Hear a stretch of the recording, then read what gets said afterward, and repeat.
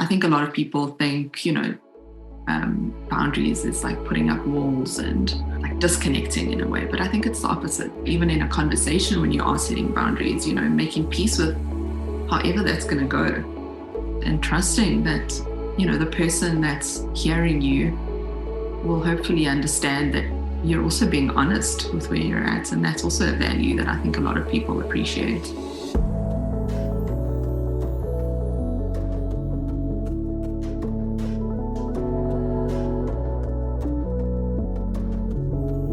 Welcome back to the Humble Mind podcast. And this is another episode where you get to meet some of our mentors within our mentor circle.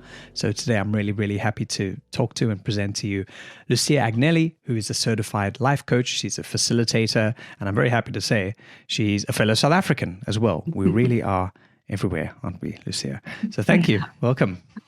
Thank you, Alex. It's good to be here. So, for people who can look forward to some of your sessions and some of your regular contributions on the Humble Mind community, tell me a little bit about kind of what got you to being a coach.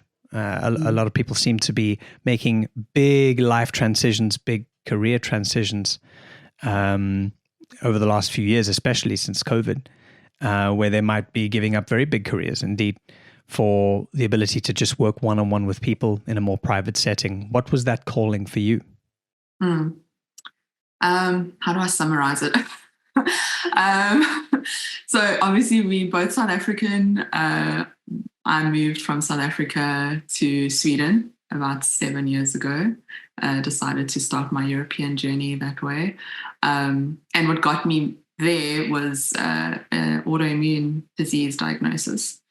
And I think that was probably the start of a lot of changes that happened in my life and bigger decisions and even smaller ones. But one of them was moving. And the second one was, okay, what do I do with this, this new condition that I have to manage? And how am I managing it? And how can I draw some purpose from this? And that's what got me into coaching, was trying to find a way to just empower people, because I found, especially with autoimmune disease and when you have something that is just so much out of your control most of the time, really what matters most is what's happening in your mind and even in here.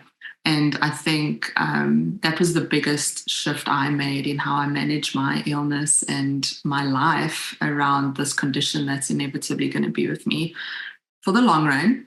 And one of those things was just finding something that I was passionate about, but that also gave back. And that's how I got into coaching. That's a short version of it. Yeah, great. Yeah. And you mentioned an autoimmune disease. What is that specifically? Or what was that? Is that something you're still managing? Are you over the hump of that? Yeah, it's called Crohn's disease. It's an inflammatory bowel disease. I don't know if you ever really get over it. There's almost like moments of just, it ebbs and flows. I've had a few surgeries, one in each country I've lived in. So I've kind of had the tour of the medical system in both Sweden and Spain, and South Africa. But yeah, it's something I have had to learn to live with. And there's moments where it's controlled, and then there's moments where it isn't. And I think that's where learning to, what's the right word? Like, be mindful of where I'm at mentally during those tough periods, and learning to ask for help, which is probably one of the biggest lessons, is what's been the difference between letting it define me versus just being something that's part of me, but not all of me. That makes sense. Yeah. It very much makes sense. I've also had my own real issues sometimes with asking for help, and also you can ask for it, but then you also have to be in a place where you're open or willing to receive it as well. And that's can be super, super difficult. But I suppose also when you're in a position where you're physically not feeling well, and that's a condition to manage, and there's difficult days, then perhaps that also gives you sometimes you got to be compelled to do something. Sometimes you got to be almost forced or pushed in a direction where you're like, okay, I really do need to get this done. I really do need to ask for help and open up to it. And I think that's what makes it harder, I think, is the forced into like being physically unable to do things like, I don't know, making up your bed just takes up so much of your energy. I just remember a moment like that last year. So I think what you said there is just so important, because there's courage in both, in admitting that you need help, even to yourself, and saying, hey, okay, right now I'm at like 20. I need someone to just pull the rest. I think Brene Brown says that a lot with her husband, and that's something I've also started speaking to with my husband about, and we use the spoon analogy in the autoimmune world, everything you do takes a spoon of your energy every day. And thinking, okay, how many spoons? Sometimes when you're really in a flare or in a difficult spot, simple things that really sound like nothing take up a lot of the energy. And sometimes you're at the end of the day and you just need more help. And if you have the support, I think being able to ask for it and receive it, like we said, is just very, very important, and a journey in itself. Because there's times when I also felt like a burden, which can happen, from just having this condition that you didn't have in the past. So I think working through things like that has probably been one of the most healing processes for me, at least. What was that experience like when you were battling through this disease, perhaps in its lowest periods, when you were also a kind of a working professional? You spent a couple of years in Sweden, and you had a quite a senior marketing role as well. What was that like, kind of managing your own physical condition, but also being in a very fast-paced kind of working culture, which I'm sure on some days, you're an 80 or 90 and you wake up and you're like, woo, let's do this. But then on the other days you're a 10 or 20 and you don't even want to get out of bed, let alone have to answer a mountain of emails and, put in a hard day's work. Yeah. I think that the biggest thing I found that was important to me was just being honest with where I was at. And that obviously took a lot of vulnerability at times. And that's probably something that I'm also quite passionate about, is like, okay, what am I actually feeling? And how can I really be honest with myself about where I'm at right now, physically, emotionally, and what I need from others, but maybe also from myself. And I think when you're in a position where you have just a lot of demands or targets or, KPIs that you have to kind of work through and manage, I think being able to be honest with your manager and the people around you and the people you collaborate with, and just saying, look, this is where I'm at today. This is what you can expect from me. And just checking in with yourself and others, like, quite often. I think that was probably one of the biggest things I had to do, because I'd actually just started a role in Sweden at the time that I was really, really excited about, and my health had started to really take a turn. And I was quite new to the company when I had to go and have a surgery done and take some leave to recover from that. And I think having that support is just so important, first and foremost, but also being able to be honest with people and be vulnerable, which sometimes is scary, I think, for a lot of people when you're not sure how it's going to be received. But I was very lucky to have a very supportive culture at the time. And I think that matters so much, like at work as well as at home, just to have support, you know. And the kind of support you need as well. Right? Yeah, of course.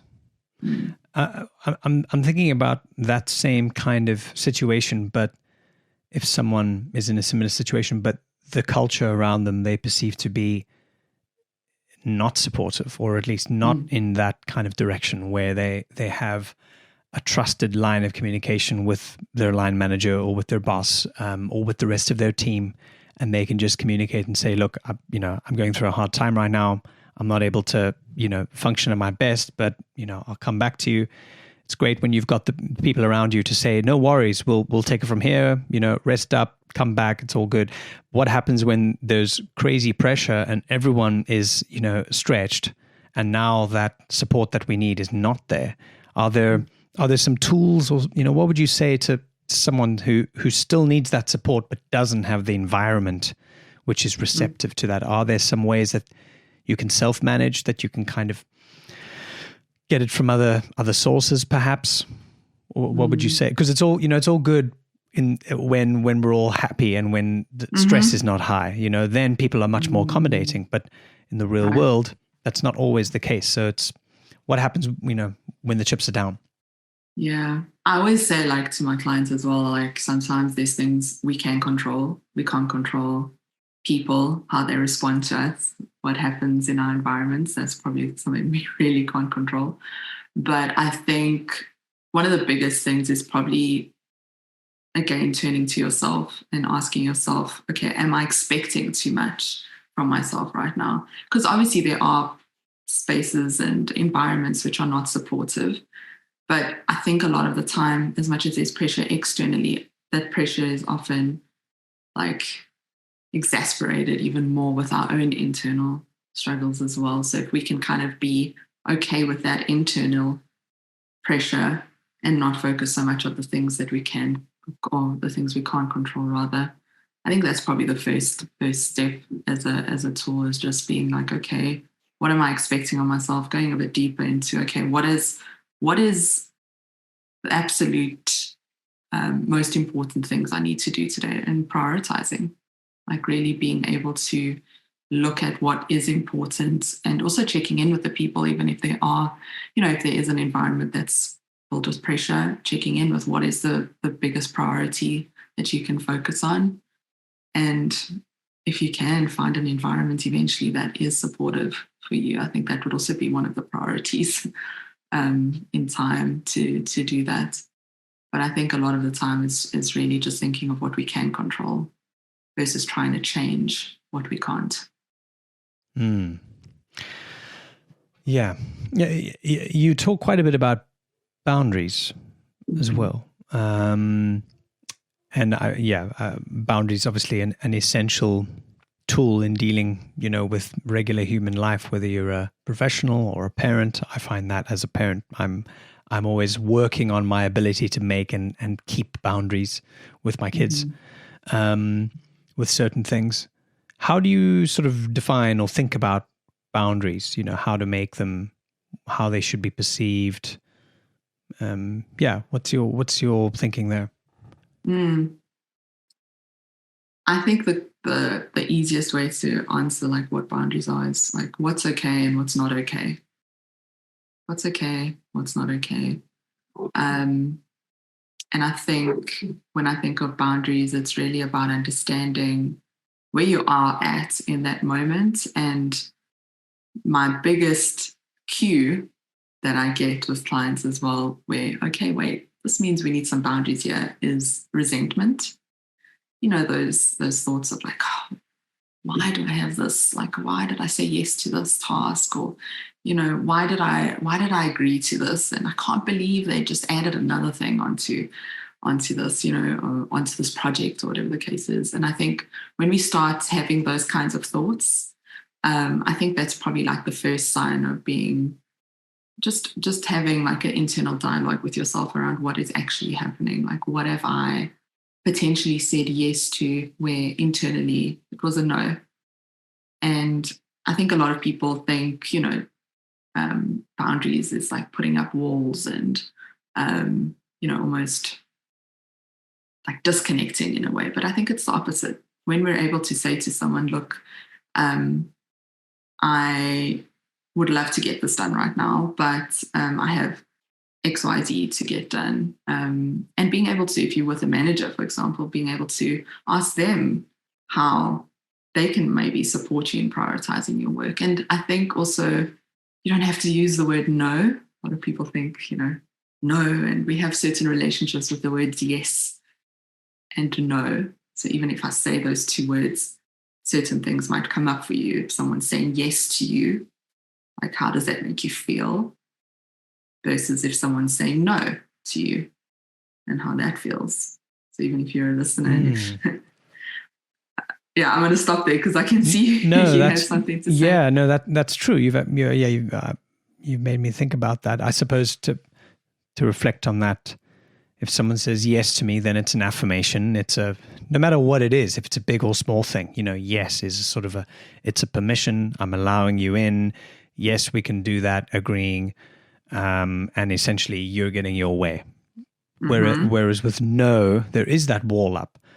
And I think often that might be what leads people to be, a little bit fearful or not sure where to start when it comes to how to handle or create boundaries in a healthy way, because they think that it's that black and white. It's either no boundary or a massive giant wall that nobody could ever hope to scale.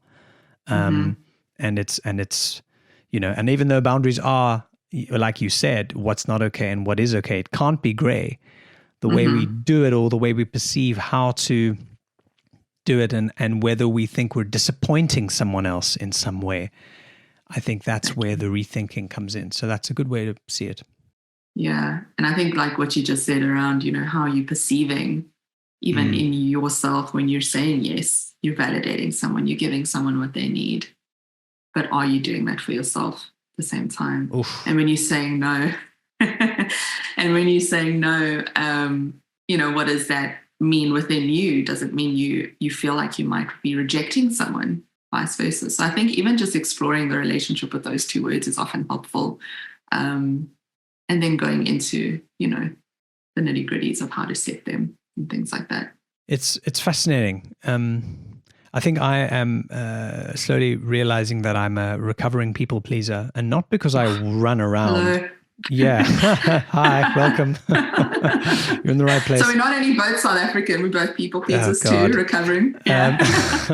But it's funny because I don't think about it naturally like that, where I run around trying to get people's validation. I don't think that's the case. But at the same time, I do like to collaborate, and I do like to be generous and willing, and I do like to kind of keep it open and keep the possibility open. And so sometimes that means then that I'll say yes more than I will say no. And there are moments when I should be saying no more, and because I don't want to, part of it's maybe not disappoint, but I also don't want to like close that door in some way. Yeah. And, so it's there's a scarcity element in a way of like, okay, if I'm saying no, that also means I'm losing out on something that I'm maybe excited about or could be excited about or could turn into something. At the same time, though, it is worth looking at it through the lens of an opportunity cost, because if you're saying no to something, yes, you may be closing that door right then in that moment, but you're also creating space for something else on your plate. So it's yes in another way. Yeah, there's always a trade-off. And I think making space with the things, I think that's what also gets people a little stuck in decision-making. It's like you want to kind of have it both ways. You want to be, in any decision, especially the difficult decisions. I think the trade-offs are probably the biggest things that keep us stuck is, okay, making space with, or making peace rather, with what you need to let go of in order to make space with something else. And we're never going to know how something's going to go, even in a conversation when you are setting boundaries, making peace with however that's going to go is sometimes a difficult journey as well in how we communicate the boundaries and trusting that, the person that's hearing you will hopefully understand that you're also being honest with where you're at. And that's also a value that I think a lot of people appreciate. Absolutely. And through the honesty, clarity, because often it's not so much about, kind of what the boundary might be, what is okay and what isn't, but where it is, and kind of how clear you are in communicating, when, this is not okay, but that's okay. And then when something happens, then this is the consequence, or this is what you can expect then from me or my reaction or whatever that might be. You can tell I'm a parent, can't you? Oh my God. little teachers they are. Yeah. But yeah, so yeah, it's fascinating. So much of it really depends on that communication of it. Mm-hmm. How clearly am I being able to? Because I can be honest with myself. I know that that's not okay, and that's okay. But I need to let you know in a way that makes you understand, without it being like having to overcompensate or me having to feel guilty about setting a boundary or something like that. It just needs to be clear, and that's it. Yeah. And I think it takes practice and time to get to that point where you can, and often maybe we don't take a pause to even think about it and say, I think one of the biggest tools would be, hey, let me get back to you. Sometimes we don't even give ourselves that permission to be right, just to give yourself a little bit of space between, the request and the response that you want to have. So give yourself a beat. And then come back and be like, hey, look, I'd love to do this, but this week isn't like I'm swamped or there's a lot happening. What about this? Or hey, I'd love to do this, but can we maybe lower my commitment in doing that project? Or how can I? I think there's ways to give yourself a beat to just think of, okay, what's on my plate? What can I prioritize? Is this important to wherever you want to be heading, whether that's at work, in your personal life, maybe connection is very important to you right now. Is this connecting you, or is this what is actually important to you right now, and trying to align those needs and even values with the actions and the things you're taking on. Yeah, that's a good way to think about how to communicate that. Communicate that fairly and let someone know how you're feeling and what you're doing. Yeah. You spoke a little earlier about prioritization, and this probably connects to your interest in essentialism. What is essentialism? I know that there's that famous book, Essentialism. Was that your starting point? Like how did you kind of get into it, and how would you define what it is, what it means for you?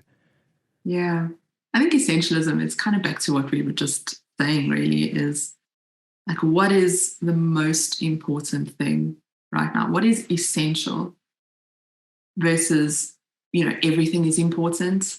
Because a lot of the time, things come up and we're like, oh, this is so important. Everything's, versus, okay, what is actually important? Not everything's important. Like, what are the actual specific things that are important? And I think that's how I think about it, is maybe essentialism, what's essential to you right now, is different to what it was last week or a month ago or a year ago. Even when I think of myself, like what was essential when I was going through a real low period in my health was very different to what's essential for me right now, because my energy was just at a different level back then to what it is now. I probably wouldn't have been on this podcast this time last year. I would have had to say no for now, Alex. But yeah, I think that's probably the biggest starting point would be figuring out, what is actually important and looking at these things, because a lot of the time we have access to so much information, access to so many opportunities as well, versus, way back when, like there's the internet, there's ads coming at you, there's new courses to do, there's new skills to learn, there's a new platform that you should get to know. I don't know. There's just so much opportunity. And I think a lot of the times we can get stuck in just pulling, taking, instead of taking a beat again and learning to prioritize with that lens, which I can get into a little bit more in the workshop as well. Yeah. Maybe we can get into that. So is it about sort of creating space, but also creating focus? Like how would you be sort of talking to someone about that if they wanted to strike up a conversation with you around that? Yeah, I think the first would be, where is your focus? I think that's a big point. Is, a lot of the times we are partially focused on things instead of actually being completely focused. I like to think of the metaphor of having like all these tabs open and all our focus is just kind of scattered along all these tabs because maybe we don't want to forget something or whatever the case is. So I think that's the most important thing is learning to really understand where your focus and your energy is going. And if that's aligned with what's essential. And being able to look at, okay, what is on this task list of mine? And another aspect to the workshop, which I'll touch upon, is, where is your biggest contribution? And often that looks at, okay, where's my strengths at, or how can I contribute the most to, as whatever your role is or whatever it is that you're doing, where is my most, I'm trying to think of the word, but like, where's your point of your highest contribution, and how can you align your energy with that and the things that you focus on with that as well? Because I think sometimes that also is around, in terms of your where your energy goes, your focus goes, and where you want to go, essentially, because it's something maybe that you're passionate about or something that you're good at as well. It makes so much sense. I was reading an article, which I shared in the community a couple of days ago, which is that, it communicated this thought that we should be focusing less on managing our time and more on managing our energy. And I think intuitively that makes sense. And even people who might not be, so much into thinking about energy so clearly might even go, yeah, that kind of makes sense. But it's all down to the how, and how that can be shifting the behavior consistently over time, Is there a useful way you think about energy? Is it about the effort that, is required to do things? Is it about trying to link, like you said, aligning things to, that sense of passion or purpose, the thing that really gets the energy flowing really. And then I know I'm in alignment with what I need to be here for, what I'm just absolutely fired up to do. What's a useful way to think about finding and kind of harnessing that energy, do you think, in the right way? How do you do it? I think being honest with how much energy certain things take from you. And this even ties back to like our boundaries discussion as well. Like if you know something is going to take up a lot of your energy, never mind your time, because we use our time in so many different ways, but there's certain things, tasks that requires more thinking and more energy than others. Maybe when you're creating as well, that's a different type of energy than when you're maybe just hanging out with your kids and playing. So I think understanding your own energy and where you often hear, some people get energy from being with people. Some people lose their energy at the end of like an intense social interaction. So understanding yourself a little bit more and starting to cultivate some awareness of, okay, what are some tasks that I have to do? It's part of my job. It's life. There's things I got to do that take a lot of energy. And what are the things that I really enjoy doing that are also part of work or part of life, and how to kind of adapt your day versus, like this morning I said to you before we jumped on, I was like, I didn't really sleep that well last night. So I'm also trying to like manage my energy from the start of the day, which I realize, I can't remember who it was one of the meditators, but it's like, I have a busy day. Instead of 20 minutes, I'm going to meditate for an hour. Type of thing. I like that. And I need to get the I can't think of who it was, but it's very popular.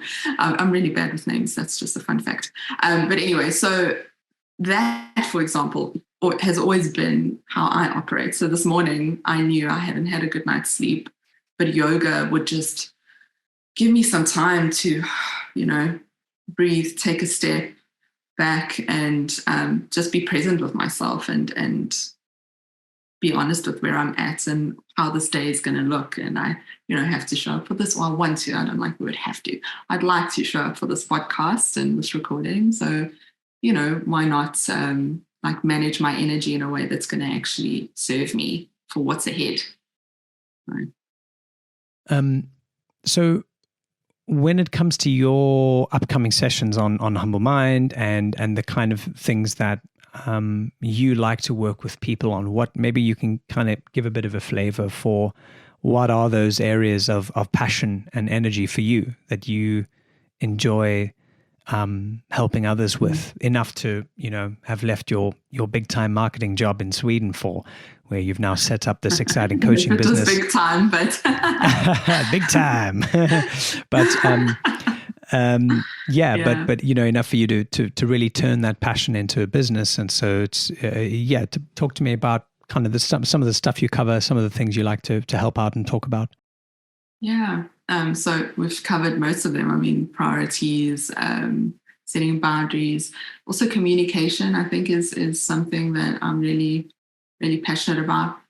I mean, I think when you look at my LinkedIn or anything like that, you'll get a sense of, the kind of things that I talk about. But when we think of stress and burnout, I think that's usually like the umbrella term for what I cover. But the way I approach things is, okay, what can we really do that's a little deeper than meditating or even going onto a yoga mat or going for a run? What are other things that are actually contributing to our stress and contributing to us not having the energy, like you said earlier, that we'd like to have? Where is our attention and focus going, and where do we want it to be going instead? So I think that's usually the umbrella of, okay, how can I manage my stress? Because modern day life is pretty intense for a lot of us. And for me, it's around going a little deeper into understanding yourself. And a lot of that comes up with, topics like boundaries, topics like the prioritization that we spoke about, but also how do we communicate, even the words yes and no, what does that mean for us?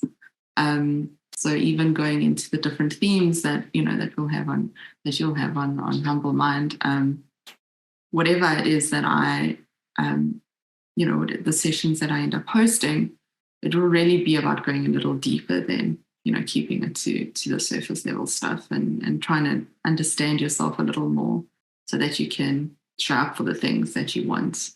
And it takes taking a step back and pausing a little to reflect on those things. That's great. You mentioned communication, and I personally have a massive interest in communication, but it seems that everyone does as well in a way, even if they're not necessarily focused only on like formal communication, like talking and listening and speaking and presenting and that kind of stuff, but rather the kind of the different levels of understanding, maybe rather is the better word for what communication is truly trying to, what we're trying to get to here. Why do you think we needed, how do I phrase this? Are we all just really bad communicators? Or like, why do you think we need to spend so much time sort of learning or trying to unpack what communication really is? Is it because that we're, do you think we're trying to like, yes, okay, maybe we're trying to get better at it. Okay, yes, maybe we want to improve our communication, sure. But is it also because I don't know, is there another fascination underneath it? I'm not sure if you've thought about that. I've thought about it a lot. I don't think we're bad communicators. Well, I think we're bad at listening. I think that's probably like the first thing you learn as a coach. It's like the first skill they try and at least the training I've done is really honing in on your listening skills. Because often there's a difference. I like this distinction of, are you listening to understand or are you listening to respond? And there's a difference. Because often when someone's talking, which it's very human of us, and that's something I like to always mention and normalize, we're just being human. We're like, okay, how how can I respond to this? Or what can I say next? Or, what do I think about this? Versus trying to understand where someone else is coming at, or what they're trying to say, what they need, what is their experience like. And in our response, trying to reflect what we hear is what allows someone to feel heard. And those are probably the two things within coaching that you learn a lot of is, okay, how do I reflect this that gives some kind of meaning to someone when they've just told you about something that's really challenging for them? And I think when it comes to communicating, those are the two things that I like to start with is, what is your intention behind each conversation you're having? Especially in supportive roles with leaders and things like that, they'll often go into a one-on-one and, ask a bunch of questions but really trying to understand where someone is at is so important. Yeah, absolutely. I remember reading once that, or hearing at some point an interview with someone who was saying that the reason why, we still have relationships with psychologists if you go to therapy is not necessarily because of all of the interesting academic Freudian analysis on things, but rather because of the time that you spend sort of passing the time with someone else, letting the bond of trust form just through listening. And then you've got kind of the relationship with someone else that in many ways has not been there in another part of your life, whether it's through parents or a sibling or a spouse or something like that. And now there's someone here who's actually listening. And that's sort of where the real kind of subliminal therapy comes from. We're going to have a therapist on the podcast, actually 2 next month. So I'm going to test that one out with them. I better make sure I'm listening to their answer. But you have a difficult role, right? You're also trying to formulate questions and where to head the conversation. So it's a balance. Yeah. But it's true what you said about the value of listening and listening well and listening deeply and intently, and not just to respond, but to sort of be, because when you listen, you're the receiving end of the conversation, and then of course you switch roles. The other person, listens, and then you speak, and so you're kind of adapting these two different kind of roles back and forth in a way. And I think that that's an essential skill, like you said, for leaders. You get some leaders that listen really well. And then you get other leaders who look like they're listening. And I've had a couple bosses, a couple people in the, who think they know what you're talking about, or they're listening to what, something else in their head is telling them about the conversation they're having, which I think a lot of us end up doing, and then that ends up being where the misunderstanding comes in, which is why the communication is so important, because then if you're not actually listening to what I'm saying, then you're not getting where I'm coming from properly. Yeah. Right. Exactly. Yeah. And I think people, like even when you're listening, trying to listen for, again, the whole intention behind it. Okay, what might this person need? What are they feeling right now? Like, what is making this difficult for them? Like trying to understand those aspects is probably like a great starting point. Like, okay, this person needs a bit more rest, it sounds like, or this person needs help prioritizing, maybe, or what is really going on here underneath these words. And I think listening also takes a bit of awareness as well of, okay, has the energy dropped in someone when they said something?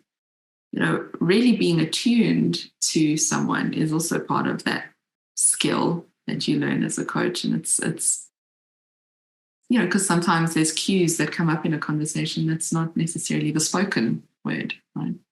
So. Yeah, absolutely. And that's where I suppose the other forms of communication start to really come in, because we don't just listen with our ears. Listening is not just to carry on the sound. It's, I'm watching your body language. I'm looking at your face. I'm looking at what your eyes are doing. I'm looking at what your hands are doing. I'm listening to you breathe. All of these things are cues. They're a form of language on their own, aren't they? And so if I'm listening and, like you said, being aware while I'm listening, then I'm going to pick up so much more than just the speech. I'm going to be picking up everything else that comes from that. Yeah. And it's going to probably tell me more than one story. Yeah. Exactly. And that could be a question where you see something dipping, or you like, I just noticed like a shift. Like, are you okay? Like, what's happening for you right now? Like, even just that simple question just makes, I mean, even as I say that to you, like, how does that feel? You know, if someone were to say that to you, yeah, like, you feel heard, I assume. Totally. You know, is one of the things, or hey, this person's trying to understand me and they're really listening. They're really here. They're really present with me. That already in itself creates trust and connection, which is something I feel like, I mean, especially I'm sure you can relate with moving countries and trying to form, you know, new connections and friendships. That's such a big thing for expats, and doing that when you're in your like 20s and, you know, not at school in a situation where or in your 30s, 40s, whenever you're doing it, it's just so different to when we were younger. And I think I just went on to that now, but that just came up for me. As you were saying that. I agree. Yeah. The skills of listening and communication, and they kind of change and I think get better as you get older. Because you probably understand, I think you understand more about people because you understand a bit more about yourself. And so then that's where a sense of empathy can kind of also grow and mature in its own way. Because it's like, oh, okay, that person's having a hard day. I know what it's like to have a hard day. I've had a few shitty days. That's fine, you know. So I think that sort of sense of perspective and empathy can kind of come more easily, for sure, when you're older. And that comes from being able to learn how to listen, you know, I suppose. Back down to that. Yeah. Well, it's been really, really cool speaking to you, and I'm so glad you're part of the community, and I'm so glad that you're part of the mentor circle as well. I think you've got so much to offer, and you've got a wonderful story to tell as well. And I have no doubt that you're going to be helping a whole lot of people who need it and who are willing to experience the change that so much of it comes down to our willingness, doesn't it? You know, our willingness to experience things, willingness to go through what we might not want to go through. So I think that with people who can support like you know, we're in for some good news. So I appreciate you having the time and look forward to your sessions and your contributions in the community. Thank you for having me, Alex. I'm really excited to be part of the community and to be in a community and to be able to, you know, have conversations like this and have fellow mentors as well, to kind of, you know, chat to you about certain things like this and business and the rest of it. So I'm really excited. Thank you. Thanks for having me. Thank you. Lovely. Thanks for listening to this episode of Humble Mind. I hope you enjoyed it. If you're curious to take a look at our community, if you're not a member, you're missing out. Make sure you head to humblemind.co to check out more and to see what we're up to. I look forward to seeing you there. Until next time.